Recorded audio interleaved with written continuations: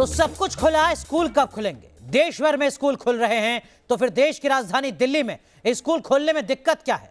हालांकि आज दिल्ली से अच्छी खबर आई है। दिल्ली सरकार की एक्सपर्ट कमेटी ने स्कूल खोलने की सिफारिश कर दी है। अब इस पर अंतिम फैसला डीडीएमए को करना है, लेकिन डीडीएमए की बैठक कब होगी और किस तरीके से डीडीएमए इस फैसले पर मंजूरी देती है, इसका इंतजार अभी भी दिल्ली के तमाम अभिभावक कर रहे हैं।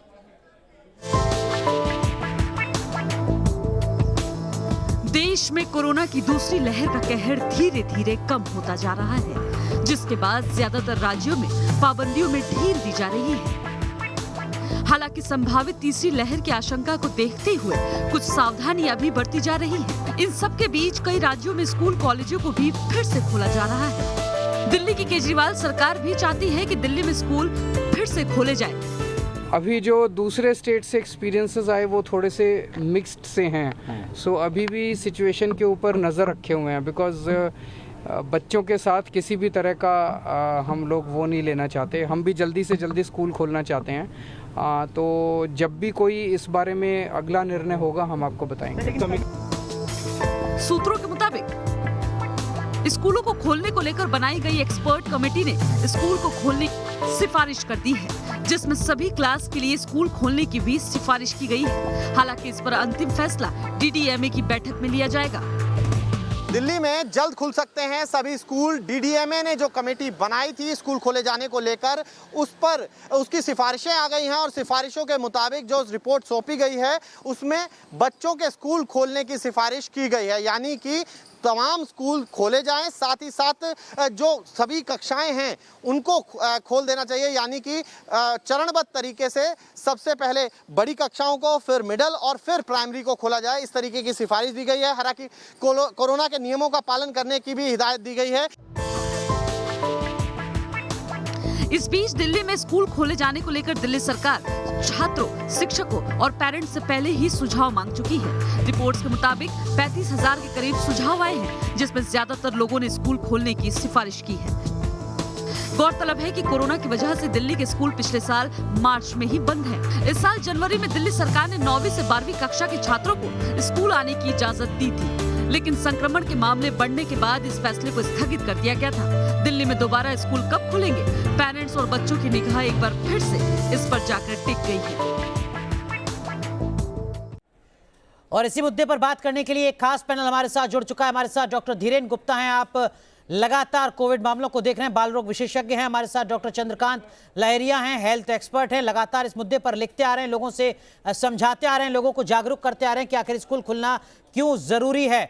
डॉक्टर चंद्रकांत लहरिया, कल हमने बात की थी, डॉक्टर धीरेन भी हमारे साथ थे। आज दिल्ली सरकार की जो एक्सपर्ट कमेटी है उसने अपनी रिपोर्ट सौंप दी है, कहा है कि स्कूलों को खोला जाए, लेकिन यह कहा गया है कि पहले बड़ी क्लासेस को ओपन किया जाए, फिर छोटी क्लासेस को खोला जाए, चरणबद्ध तरीके से खोला जाए। यानी देर तो हुई, लेकिन दुरुस्त अभी भी नहीं है शायद एक्सपर्ट कमेटी। बात सही है, हमें याद रखना होगा, और जैसे कि हम कल भी बात कर रहे थे अनुराग जी, की जो बच्चों में गंभीर बीमारी होती है वो जे शेप्ड कर्व फॉलो करती है। उसमें जे का जो बेस होता है वो 10 साल का होता है, तो उसके बाद 10 से 9 साल में थोड़ा सा रिस्क बढ़ता है और उसी तरह 11 साल में बढ़ता है। अर्थात बात यह है कि 6 से 12 साल के बच्चे सबसे अधिक सुरक्षित हैं, तो होना चाहिए। और जो कि सारे दुनिया में एक्सपर्ट, यूनिसेफ और यूनेस्को ने भी कहा है कि प्राइमरी स्कूल्स पहले खोले जाने चाहिए। आईसीएमआर के डायरेक्टर जनरल ने भी यही बात कही थी, लेकिन अगर सिफारिश मैंने देखी नहीं है। अगर एक्सपर्ट कमेटी की सिफारिश है कि पहले बड़े स्कूल खोले जाने चाहिए, तो मेरी नज़र में थोड़ा सा इस पर विचार करने की जरूरत है। दूसरी बात हमें याद रखनी होगी, लेकिन डॉक्टर चंद्रकांत, माफ कीजिएगा मैं आपको रोक रहा हूं सर, जब आप जैसे तमाम एक्सपर्ट, डॉक्टर धीरेन जैसे तमाम एक्सपर्ट, पूरी दुनिया के एक्सपर्ट लगातार कह रहे हैं कि छोटे बच्चों के भी स्कूल खोले जाने चाहिए, फिर ये कौन सी रॉकेट साइंस वाली एक्सपर्ट कमेटी होती है जो सिफारिश कुछ अजीबोगरीब देती है? अब देखिए, इसके बारे में तो मैं नहीं कह सकता, लेकिन याद रखना होगा। और जो एक महत्वपूर्ण बात है वो यह है कि जो सबसे ज्यादा नुकसान होता है वो पहली शुरुआत की कक्षाओं के बच्चे का होता है। जब अगर बच्चे गिनती नहीं जानते हैं, जो वो पहले दूसरे दर्जे में सीखते हैं और पढ़ना नहीं जानते हैं, तो उनके लिए ऑनलाइन क्लासेज का कोई महत्व नहीं। जबकि बड़े बच्चे तो फिर भी ऑनलाइन क्लासेज ले सकते हैं, तो इसलिए प्राथमिक विद्यालयों को पहले प्राथमिकता देनी चाहिए थी। दूसरी बात याद रखने की है कि जो छोटे बच्चे होते हैं उनके लिए स्क्रीन टाइम का मतलब हुआ कि मोबाइल पर या कंप्यूटर पर कितनी देर बच्चे पढ़ाई कर सकते हैं, वो कम होता है। बड़े बच्चों के लिए स्क्रीन टाइम अधिक होता है।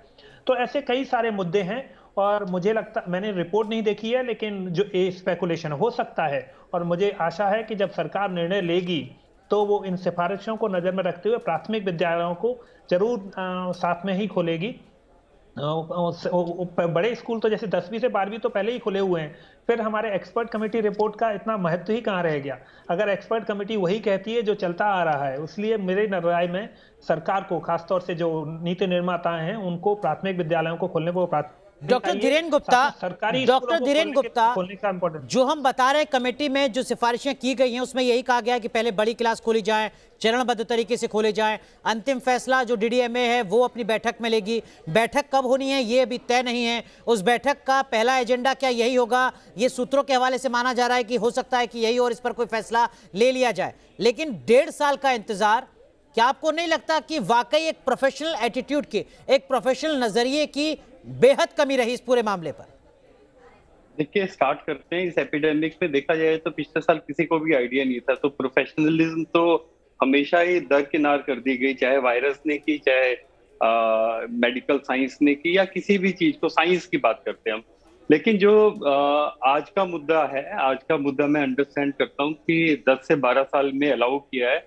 जो डॉक्टर चंद्रकांता ने कहा है वो बिल्कुल ठीक है कि हमें छोटे बच्चों पे फोकस ज्यादा करना चाहिए। और रीजन क्या है, अगर हम साइंस को देखें, सीडीसी में क्लियर कट रिकमेंडेशंस है।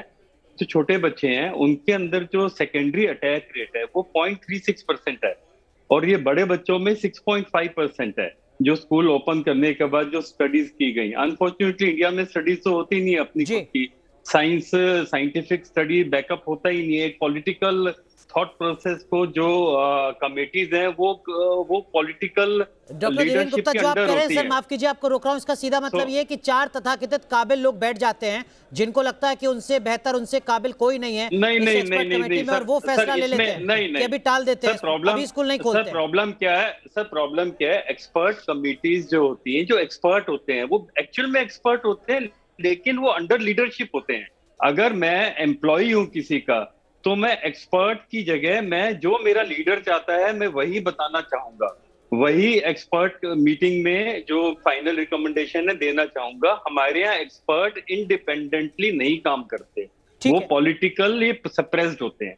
ठीक है, लेकिन डॉक्टर चंद्रकांत, अगर राजनीतिक दबाव, अगर राजनीतिक मजबूरियां रहती भी हैं इस तरीके की किसी एक्सपर्ट कमेटी के सामने, तो जो हमारी पॉलिटिकल क्लास है सर, वो भी किसी दूसरे ग्रह से तो है नहीं। इस देश का लिटरेसी रेट 70% से ज्यादा है, हर कोई जानता है, हर कोई पढ़ता है, तमाम आप जैसे एक्सपर्ट से बात करता है। फिर ये क्या मजबूरी है कि हालात को फैक्चुअली समझने से हम लोग बचते हैं? इसी के चलते 1.5 साल से स्कूल नहीं खोल रहे हैं।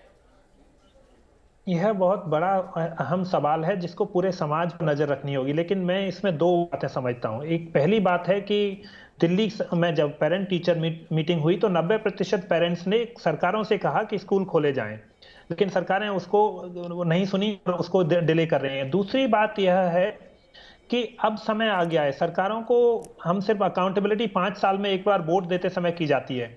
अब यह वह समय है जब पेरेंट्स को एक्टिवली डिमांड करनी होगी कि हमें स्कूल खुले हुए चाहिए, हमारे बच्चों के लिए स्कूल चाहिए, और जो जरूरी सरकार का काम है कि जो जरूरी इंतजाम हैं वो करे, बल्कि अब उनको फैसिलिटेट करना चाहिए। और जब बातें हो रही हैं, हमें हर समय पे, हर प्लेटफॉर्म पे उनको रेज करना है कि छोटे बच्चों के लिए स्कूल पहले खोले जाएं। हमारे साथ आम आदमी पार्टी के विधायक कुलदीप कुमार साहब जुड़ चुके हैं। कुलदीप कुमार साहब, आपने इस मुद्दे को सुना होगा, समझा होगा। लगातार न्यूज नेशन ये सवाल पूछ रहा है कि आखिर स्कूल खोलने में दिल्ली सरकार की तरफ से इतनी देरी क्यों हो रही है?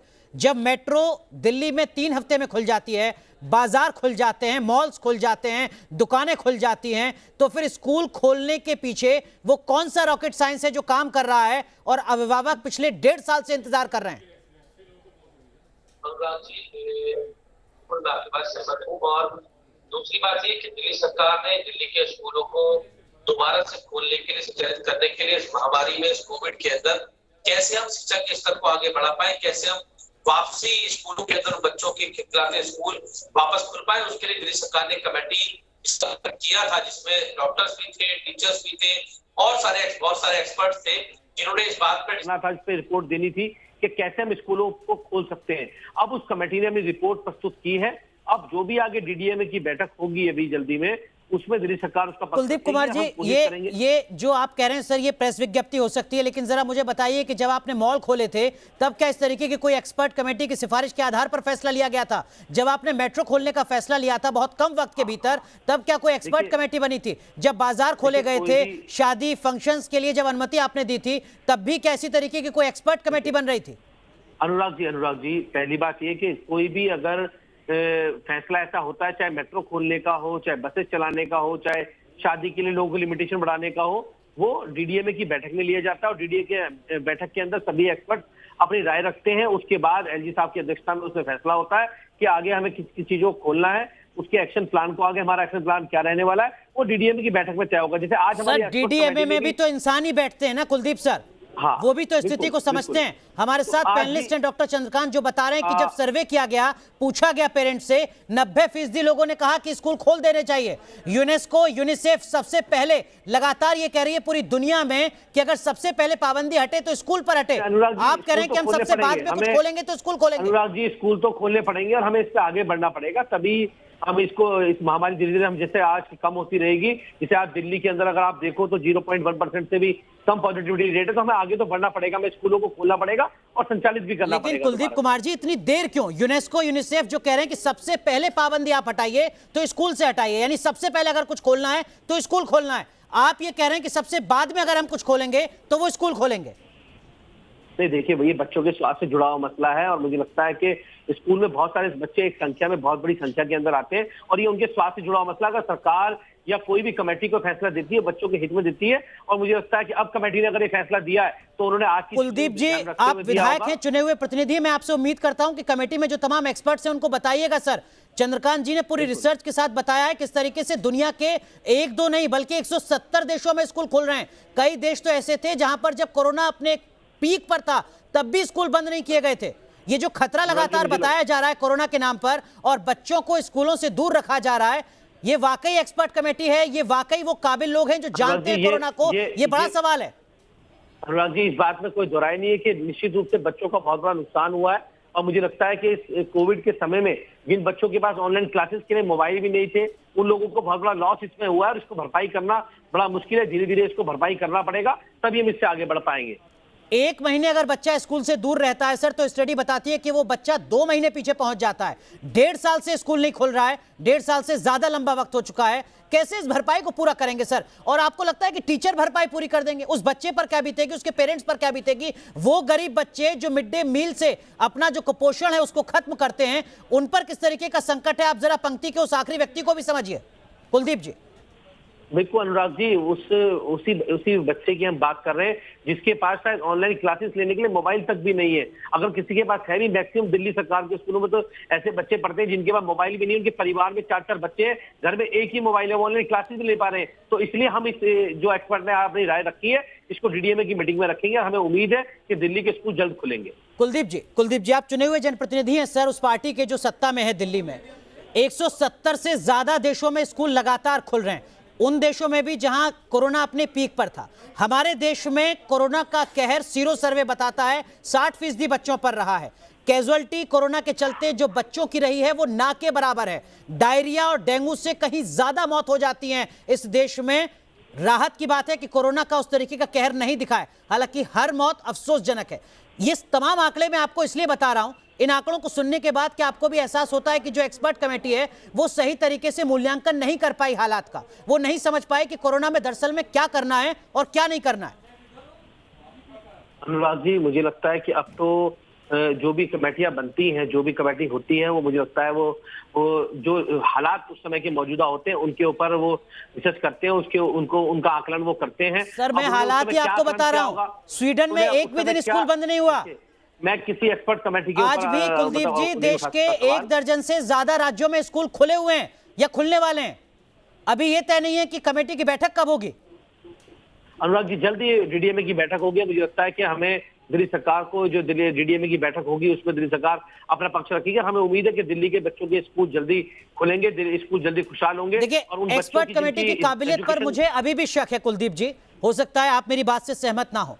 डॉक्टर चंद्रकांत, डॉक्टर धीरेन गुप्ता जो लगातार कोविड का मुकाबला कर रहे हैं, लोगों का इलाज कर रहे हैं, वो बता रहे हैं कि जो सबसे छोटे बच्चे हैं उनके स्कूल, उनकी क्लास तो सबसे पहले खोली जानी चाहिए। जो रिपोर्ट सामने आ रही है उसमें कहा जा रहा है कि नहीं, जो सेकेंडरी क्लासेस हैं पहले उनको खोलिए, चरणबद्ध तरीके से फिर नीचे तक पहुंचेंगे। अभी भी जो आपकी काबिल कमेटी है वो उल्टा काम कर रही है। देखिए, मुझे इस बारे में तो आप जो जानकारी बता रहे हैं, मुझे इतना लगता है कि जो अगर उस कमेटी ने रिपोर्ट दी है तो मुझे लगता है उसमें काफी एक्सपर्ट डॉक्टर भी हैं, काफी उसके अंदर हेल्थ विशेषज्ञ भी लोग भी हैं और काफी टीचर्स भी हैं जिन्होंने इसके ऊपर में राय रखी होगी। और निश्चित रूप से उस पर कुछ रहेगा तो डीडीएमए की मीटिंग में उस पर चर्चा होगी, आगे की जो भी चर्चा उस पर होनी है। अगर कुछ कमियां उसमें होंगी तो उस पर दोबारा रायशुमारी भी की जा सकती है। कुलदीप जी, रायशुमारी तो हो चुकी है सर। डॉक्टर चंद्रकांत ने बताया 90% पेरेंट्स चाहते हैं कि स्कूल खोल दिए जाएं। सिर्फ दिल्ली नहीं, दिल्ली एनसीआर में भी इस तरीके के सर्वे जो हुए हैं वहां पर भी लगभग इतने ही बड़ा आंकड़ा है जो कह रहा है कि स्कूल खोल दिए जाएं। देखिए, मैं चंद्रकांत जी की बात को बिल्कुल डिनाई नहीं कर रहा, मैं उनकी बात सहमत हूँ। अगर उन्होंने पेरेंट्स की राय ली होगी तो आज हर पेरेंट्स चाहता है, मैं भी एक पेरेंट्स होने के नाते चाहता हूँ कि मेरी बेटी भी स्कूल जाए, दूसरे लोग भी चाहते हैं। 1.5 साल का इंतजार क्यों सर? ये पौने 2 साल तक पेरेंट्स और स्टूडेंट्स की करियर की बर्बादी क्यों? सवाल ये। और अभी भी डीडीएमए की बैठक होगी, ये तय नहीं है कब होगी बैठक। देखिए, आपको पता है कि सारे जो भी रूल्स होते हैं वो डीडीएमए की बैठक में तय होते हैं। डीडीएमए की बैठक में तय किया जाता है कि उसका आगे का प्लान क्या प्लान होगा, कैसे स्कूल खोले जाएंगे, कैसे हॉस्पिटल, उसके बाकी चीजों को आगे बढ़ाया जाएगा, मेट्रो कैसे खोली जाएगी, और जो वहां तय होता है बाकी वो चीज दिल्ली में खुलती रहती है। और मुझे लगता है कि अब अगर बैठक होगी तो दिल्ली सरकार अपना पक्ष रखेगी और निश्चित रूप से दिल्ली के स्कूल दोबारा खुलेंगे। कुलदीप जी, क्या आपको नहीं लगता कि जब यूनिसेफ, यूनेस्को, WHO, ICMR, इस तरीके के तमाम राष्ट्रीय अंतर्राष्ट्रीय संगठन लगातार कहते रहे कि स्कूलों को खोला जाना चाहिए, कोई किसी तरीके की समस्या नहीं है, तब दिल्ली सरकार फैसला कर रही थी बाजार पर, हाट पर, मॉल पर, मेट्रो पर, बस पर, ये कहीं विरोधाभासी है? आपकी जो भी एक्सपर्ट कमेटी है वो चीजों को समझ नहीं पाई बेहतर तरीके से, आप मान रहे हैं इस बात को? देखिए, मुझे लगता या तो यूनिसेफ, यूनेस्को को काबिल मान लीजिए या अपनी एक्सपर्ट कमेटी को काबिल मान लीजिए। आप समझिए, मुझे लगता है यूनिसेफ, यूनेस्को के भी जो भी उन्होंने कहा होगा उसको भी कमेटी ने जरूर कंसिडर किया होगा, उनकी बातों को भी जरूर ध्यान दिया होगा, ध्यान में रखे ही कमेटी ने फैसले लिए होंगे उनकी बात को। अब उन्होंने यूनिसेफ ने या यूनेस्को ने किस सिचुएशन को देखते हुए WHO ने फैसले लिए होंगे, किस राज्य के लिए दिए होंगे या किस। ठीक है डॉक्टर चंद्रकांत, थोड़ा संक्षेप में सर अगर आप विधायक जी को बता दें, क्या दिल्ली की expert committee UNICEF, UNESCO, ICMR, WHO इनकी बात को मान रही है, इनकी बात को फॉलो कर रही है? देखिए, सबसे पहली बात है कि हमें याद रखना होगा कि मैं मानता हूं कि एक्सपर्ट्स ने जो भी एविडेंस देखा होगा उसके आधार पर निर्णय लिया है, लेकिन बात आ जाती है कि अगर हमारे पास एक्सपर्ट कमेटी की रिपोर्ट है तो हमें इतने महीने पहले ही निकल चुके, क्विकली उस पर एक्शंस लेने की जरूरत है, पहली बात। दूसरी बात है, सरकारों के हाथ में काफी कुछ होता है, एक्सपर्ट अपना रिकमेंडेटरी नोट देते हैं, लेकिन जैसे माननीय मुख्यमंत्री, शिक्षा मंत्री और बाकी विधायक हैं, चुने हुए विधायकों के हाथ में इतना कुछ होता है कि वो सही मुद्दे लोगों के सामने लाएं। अगर एक्सपर्ट कमेटी कहती है कि सारी क्लासेज के लिए स्कूल खुलने चाहिए और उनका एक पर्टिकुलर विशेष वो है, तो बाकी एक्सपर्ट्स भी हैं वो बता रहे हैं कि प्राथमिक विद्यालय, भारत सरकार के Indian council of medical research के डायरेक्टर जनरल ने कहा है कि प्राथमिक स्कूल पहले खुलने चाहिए, और हम सुनते आ रहे हैं तो उन एविडेंस को भी इस्तेमाल करने की जरूरत है। कुलदीप जी, सब कुछ भी किया जाए, सबसे महत्वपूर्ण बात यह है कुलदीप जी, अगर आप समझ पा रहे हैं सर, देखिए इस चर्चा में हमने बाकी राजनीतिक दलों के प्रवक्ताओं को नहीं रखा, एक्सपर्ट्स को रखा है, और चूंकि सरकार की नुमाइंदगी आप कर रहे हैं इसलिए आपको रखा है। और सवाल यहां पर दिल्ली सरकार की इस फैसले पर है, वो दिल्ली सरकार जो क्लेम करती है कि एजुकेशन तो उसके सबसे पहले एजेंडे में है, वही दिल्ली सरकार एजुकेशन को लेकर फैसला नहीं ले पा रही है पिछले 1.5 साल से। अनुराग भाई, ऐसा है कि जो भी मैंने फिर कहा, अगर चंद्रकांत जी का इसमें कुछ कहना है कि भाई पहले हायर जो क्लास के स्कूल हैं उन बच्चों को जो प्ले स्कूल्स हैं, मतलब छोटे नर्सरी KG के हैं बच्चे हैं, प्राइमरी के सेक्शन के, उनको पहले बुलाया जाए स्कूल में, बाद में उनको बुलाया जाए, तो मुझे लगता है कमेटी ने जो भी फैसला लेगी उसके ऊपर वो डीडीएमए की बैठक में आ जाएगा। अभी डीडीएमए की बैठक में आएगा, उस टाइम की पॉइंट इसमें कंसिडर करें। अगर ये WHO का हवाला दे रहे हैं या यूनिसेफ का हवाला दे रहे हैं, आपसे 2 चीजें समझता हूं सर, मैं उम्मीद करता हूं कि आप ईमानदारी से जवाब देंगे। तमाम तर्क, तमाम आंकड़े मैंने आपके सामने रखे हैं, क्या आप इस बात को मानते हैं कि आपकी एक्सपर्ट कमेटी सही तरीके से मूल्यांकन नहीं कर पाई कोरोना का?